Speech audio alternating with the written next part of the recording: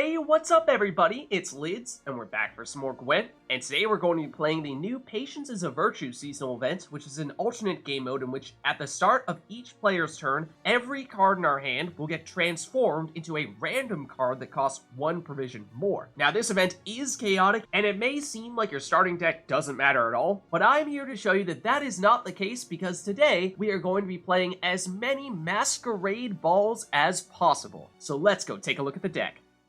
So today we'll be playing a Nilfgaard Tactical Decision deck, and this deck is a little silly, but can be surprisingly effective. Because the plan is that since Masquerade Ball is the only 15 provision cost card in the game, that means that if we wait long enough, eventually every card in our hand will at some point turn into Masquerade Ball. So it is the one thing that we know for certain that we will get. With that in mind, we've spread out the provision costs of all of our cards evenly throughout the deck, so that just about every turn we should have 1, maybe 2, cards evolving into Masquerade Ball. That way we can consistently play Masquerade Ball from our hand. Then once we have numerous Masquerade Balls on the board, if we get one of the cards in our hand to transform into a tutor, we can use that to play one of the many aristocrats in our deck to trigger all those Masquerade Balls simultaneously, giving us a ton of poison which we can use for removal. Worst comes to worst, if we don't get a tutor, then we can use our leader ability, because if we use our leader ability at the beginning of our turn, when we play Moorlehem Hunter, we will draw up to 3 cards, and we have a high chance of at least one of those cards being an aristocrat. So then we can play that aristocrat and trigger a bunch of Masquerade Balls, giving us a bunch of Fangs of the Empire, which gives us a bunch of poison, which means we get a bunch of removal.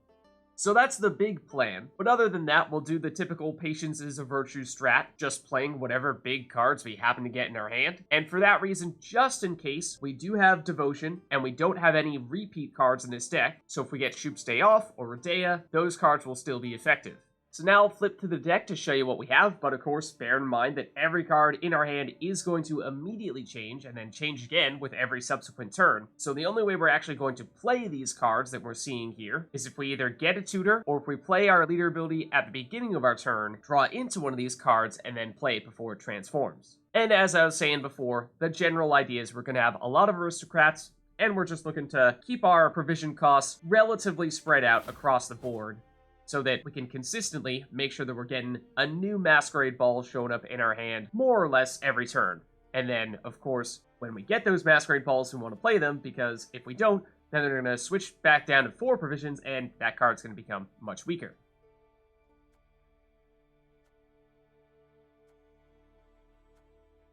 Then, other than the aristocrats, we have a few assimilate units just in case we happen to play one of those. Of course, with basically none of these cards going to be the cards from our starting deck, means it should be very easy to trigger that.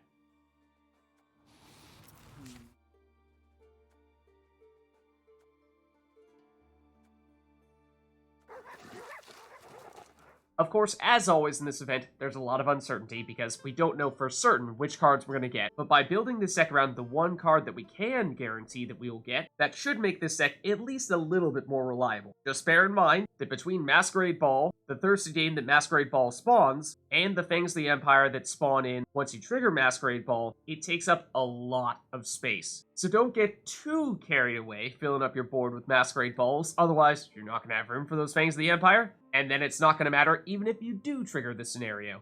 This one's going to be crazy, so let's go see it in action. Alright, so we're going against Nilfgaard here, and we'll go first. And it looks like Usurper will be our first card to transform into Masquerade Ball, because it has 12 provisions. That's the highest in our starting deck. Then Letho will be next. Then we have a couple of 8 provision cost cards, War Council and Doadrick. So let's get rid of one of those. We get Cahir. He and Anna are both 9s, but we don't have enough time to switch them. So be it.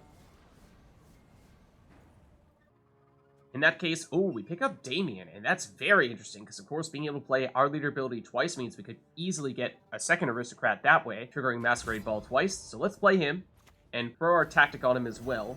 That way he is veiled and can't just immediately get locked. They're going to go with Lyrian Cavalry, and if that's not really a threat. Okay, so now we need one more turn before Passivore will turn into Masquerade Ball.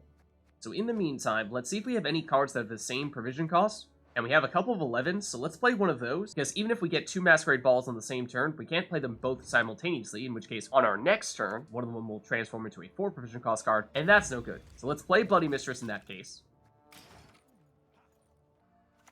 And they'll go with Ignatius, although I don't think that's a good idea. He's gonna just damage himself by 9. And now we get our first Masquerade Ball, so let's play that.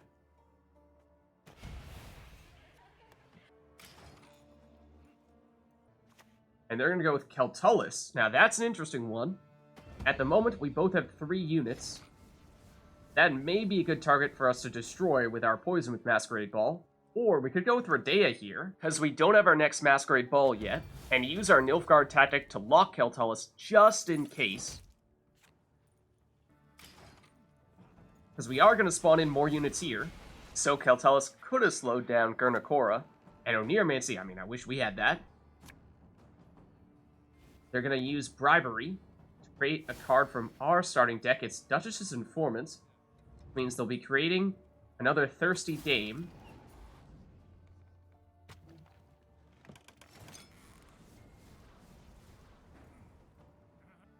And now Vi needs 1 turn to turn to Masquerade Ball. And we have a couple of 10s, so let's play one of those. I'm thinking Zoltan with the Resilience could be a good play. So let's go for him.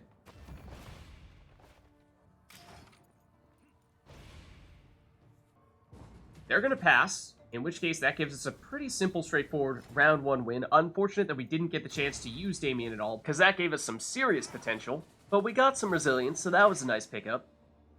Alright, and now let's get rid of Masquerade Ball, because on the start of our next turn, it's going to transform into a 4 provision cost card before we get the chance to play it. Same deal with Siege here. Assuming we dry pass in round 2 and don't play this until round 3, unless we do play a card at the beginning of the round, which may be an option. Then we have a lot of 4 provision cost cards, so let's get rid of one of those.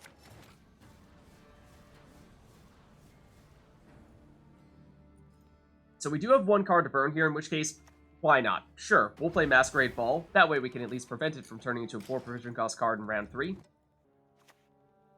Then they'll go with their own scenario. In this case, though, it's Siege. That will give them a little bit of damage. And She Who Knows is a little bit tempting because we could potentially get Resilience, but we don't have Sabbath here, so we should probably still pass.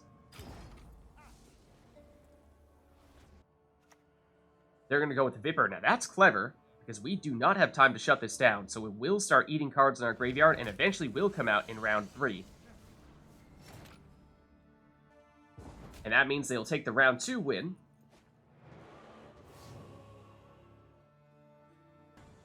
Alright, so now let's get rid of these Masquerade Balls, because they're going to turn to 4 provision cost cards. Ideally, we'd get rid of all 3, but we can't quite do that. So we get rid of 1, get rid of 2. We're going to start with Haunt. So they are doing some scenario stuff here as well.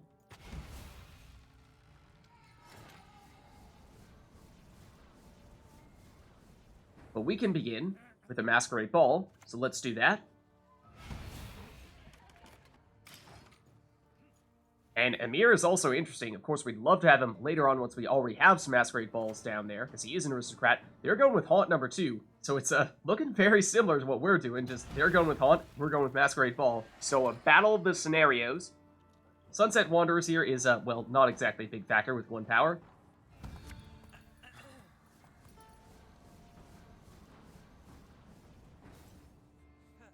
Alright, and we have a couple of 9 provision cost cards here. Actually, 3 9 provision cost cards, so we definitely want to play one of those, and I'm leaning toward Tainted Ale. Let's go with that, and not necessarily sure we have a great target to remove just now, so maybe we save those charges.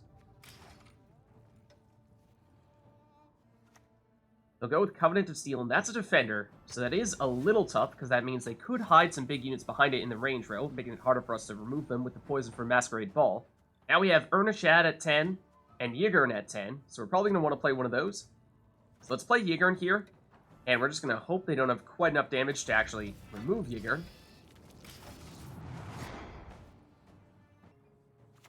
Now they're going to go with, oh, okay, that's a problem. That will destroy Yigurn if we don't shut it down. However, we do have a way to do that. That looks like the perfect target for us to use our Tainted Ale charges. And now we have Milton at 7 provisions, and the Winter Queen is also 7, I believe, so let's play her, because at least she has that Thrive, which could give us some long-term value. Now, Bearwisher Quartermaster, they do have an easy target for that, so they can get those Witcher students in there without actually dealing damage to themselves. But now we have another Masquerade Ball.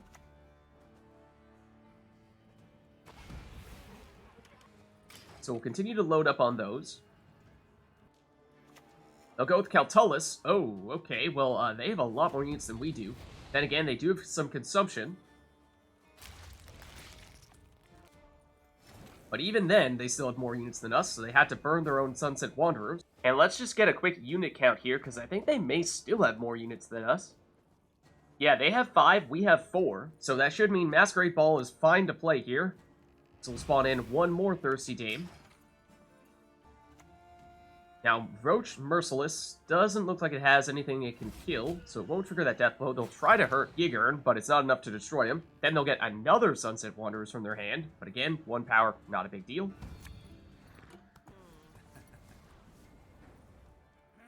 Alright, now we have 1 turn before Siege turns into Masquerade Ball. In the meantime, well, we don't want to play Villain Trenemirth because we will destroy our Gigern. That means Crimson Curse or Ceres. Either one's going to spawn units on our side, which is not great when our opponent has Catullus, but at least Crimson Curse gives us some damage as well. So let's go with that. And the Bleed will also boost our Thirsty Dames. Then they have Vi. And because they have all those haunts, that's actually a decent play, because it will trigger them, since it is a Death Wish unit. They need to choose who to consume here, and who will they go for?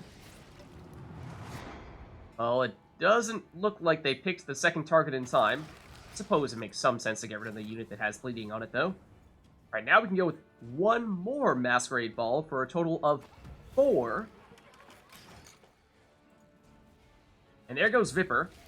It does come out giving them 7 points, but because it has those statuses, it actually boosts our Thirsty Dames, so it's not that bad. They'll go with War Elephant and use their leader ability to lock Gigern, which actually helps us.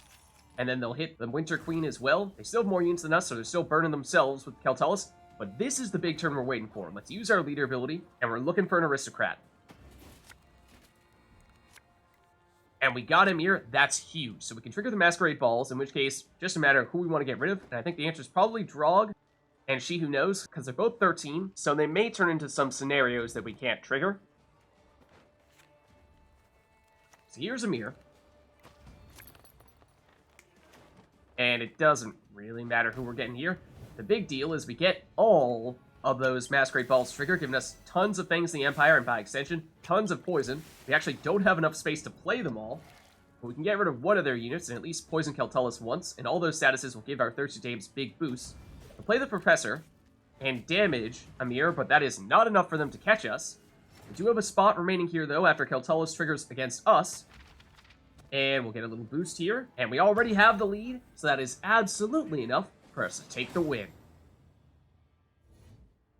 Alright, so going against monsters here. And they'll go first. And we want a nice mix of provision costs with the cards in our hand. So I notice immediately that we have a couple of 9s between Cahir and Henrietta. So let's put Cahir back in our deck. Then between Glynnis and the Cupbearer, we have a couple of 7s. So let's put Glynnis back in that case.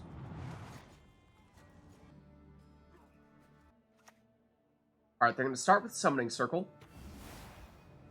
And give them an on-crate Longship.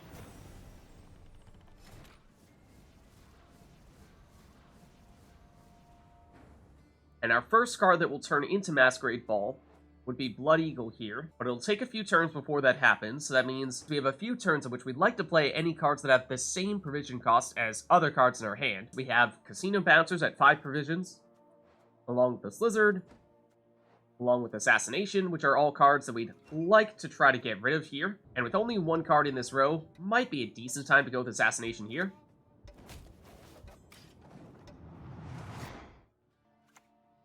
Alright, they'll go with the Fallen Knight. So if they do get the ability to spawn, then that will become a bit of a problem.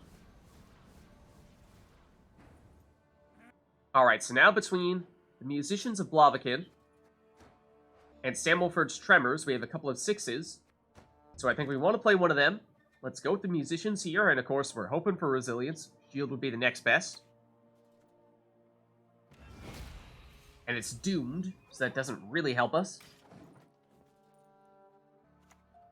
Alright, they're going to go with Vigo's Muzzle, in fact, to seize the Musicians.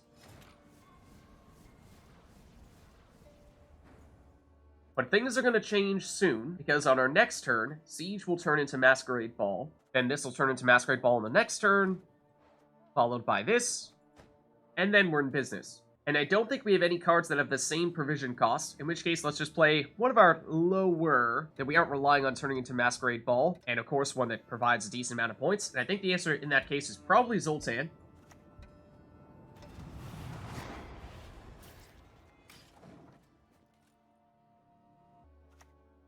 Alright, they're going to go with Covenant of Steel, which is of course a defender.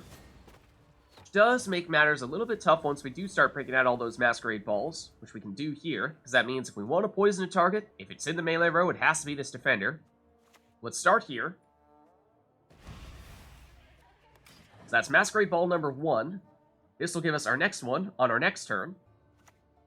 Alright, they're going to go with Oneiromancy, so that's obviously great. The question is what they choose to get from their deck with it. And the answer is Gaunter O'Dim. Interesting choice. We already have several cards that have Doomed. But they'll give Doom to Zoltan. Here comes Masquerade Ball, number 2.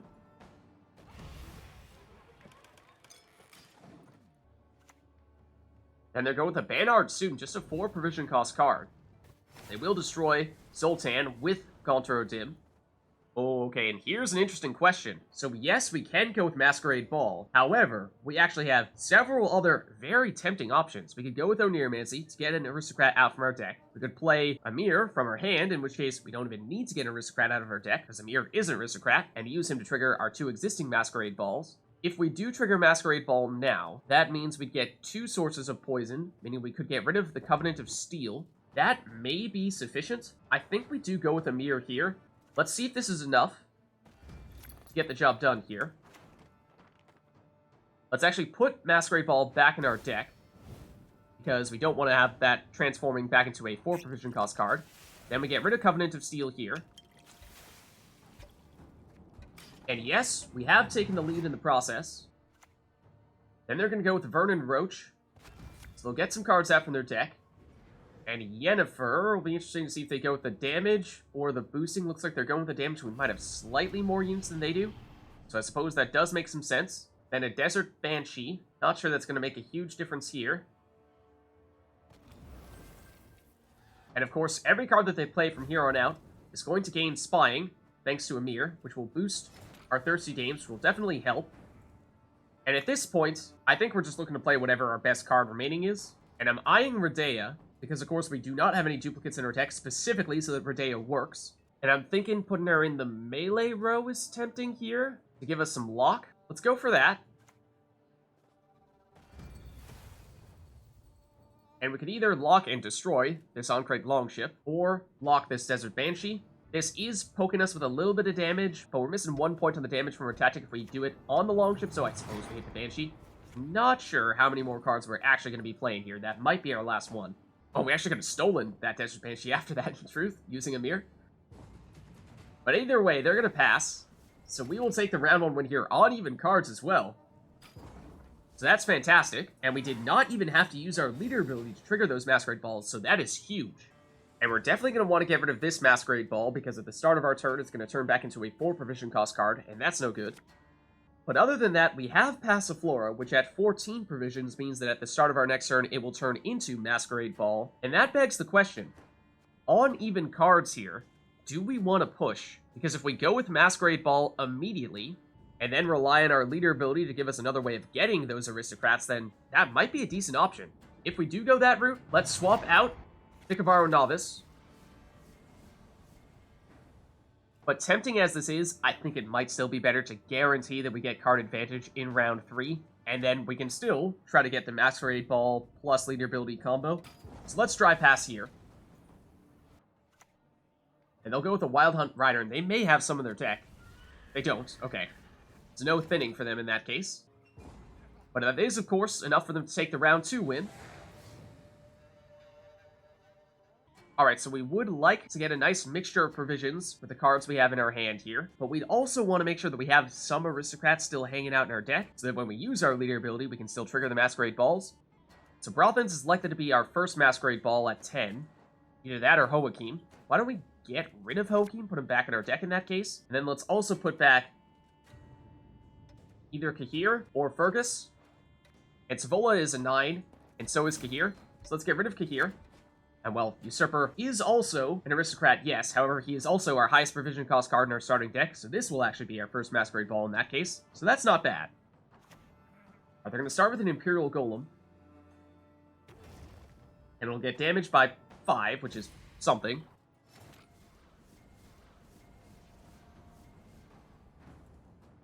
So right now, we're waiting a couple of turns before Celtellus will turn into Masquerade Ball. Then this will be the next card after Celtellus to eventually turn to Masquerade Ball, so we're going to have a little bit of waiting here. In the meantime, let's see if we have any cards that have the same number of provisions and play one of those. Though I'm not really sure we have any great options there, so maybe we just go with Rainfarn here. Damage the Imperial Golem. Alright, they're going to go with Synthesis. She has immunity.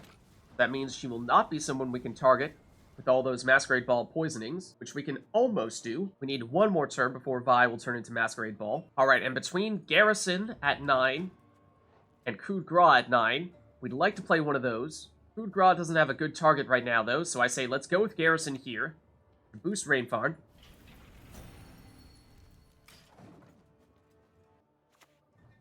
They'll get Old Spear Tip. Now that immediately becomes a very good target for our Masquerade Ball poisoning. Speaking of which, here is Masquerade Ball. Here's a random aristocrat with Vincent van Moorlehem. Of course, it's too early to play him right now because we don't have any Masquerade Balls out there, but that's the kind of card we'd love to get later on.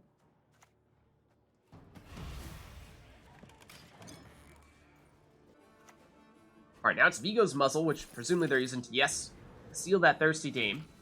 Which is unfortunate, but of course the primary reason why we have those Masquerade Balls out there is for the poison. And we're going to need to wait one more turn before we get our next Masquerade Ball out there.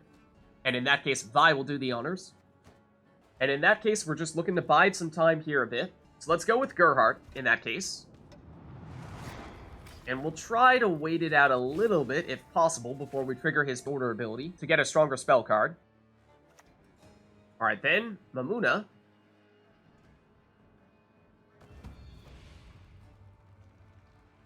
They don't get a very big boost from it, fortunately. Now we have Masquerade Ball number 2. Oh, although in Earmancy was actually kind of tempting. Would have been a way to trigger Masquerade Ball. Then again, we have our leader ability, so that's not guaranteed, but it's a decent probability that will still work. And of course, we'd like to have as many Masquerade Balls out there before we start playing the Aristocrats as possible. That way we trigger a bunch simultaneously. Alright, then they're going with a scenario of their own. In their case, it's Feign Death. But they definitely have some non-elves, so not sure that's going to be all that helpful for them. And now let's go with Masquerade Ball number 3. And just want to keep an eye on Gerhardt, make sure that we are timing his order ability correctly. I think if we can get him up to 9, that'd be great for Yennefer's Invocation. I think we'll have just enough time for that to work.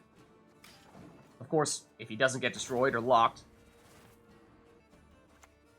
Alright, they're going with the Enraged Ifrit. And then we'll use that to get rid of one of our Thirsty Dames. Erland is a little bit tempting here, but at this stage in the game, we don't have too many units remaining in our deck, because some of the cards in our deck are Masquerade Ball. That's not a huge deal. Arrow Professional could get rid of this Old Spear Tip, yes. However, bear in mind, this is definitely going to be the target of the Masquerade Ball. So I think we just play round 4 here.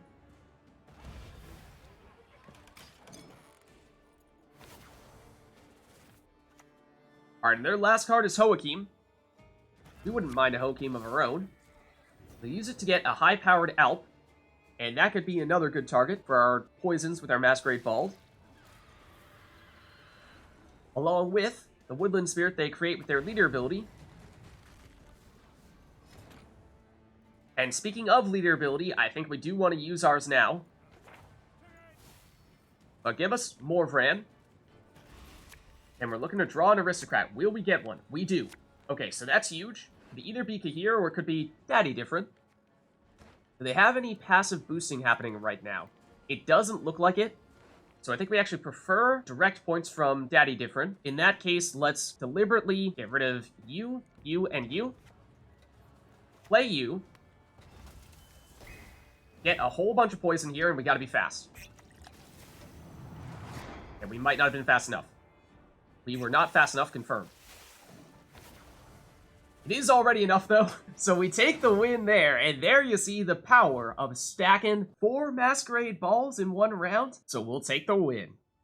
So there's a look at a Nilfgaard Masquerade Ball deck for the new Patience is a Virtue seasonal event. If you liked the video, then make sure to hit the like and subscribe button, and leave a comment down below to let me know which other cards, archetypes, and factions you'd like us to experiment with next. Thank you all for watching, and I'll catch you next time.